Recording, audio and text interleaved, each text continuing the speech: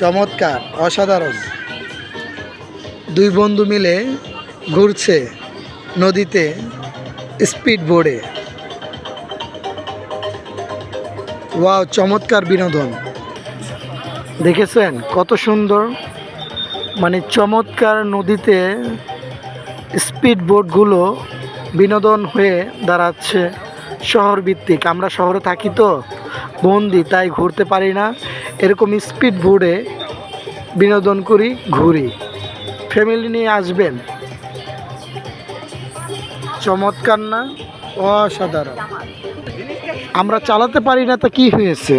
বড় বড় জাহাজ, আমরা ছোট দেশ শিখি না, হয়তো একদিন হতে পারি এরকম বড় একজন পাইলট। দক্ষ পাইলট হতে গেলে মেধা লাগে, বুদ্ধি লাগে, তাই চেষ্টা করতে হবে প্রথমেই।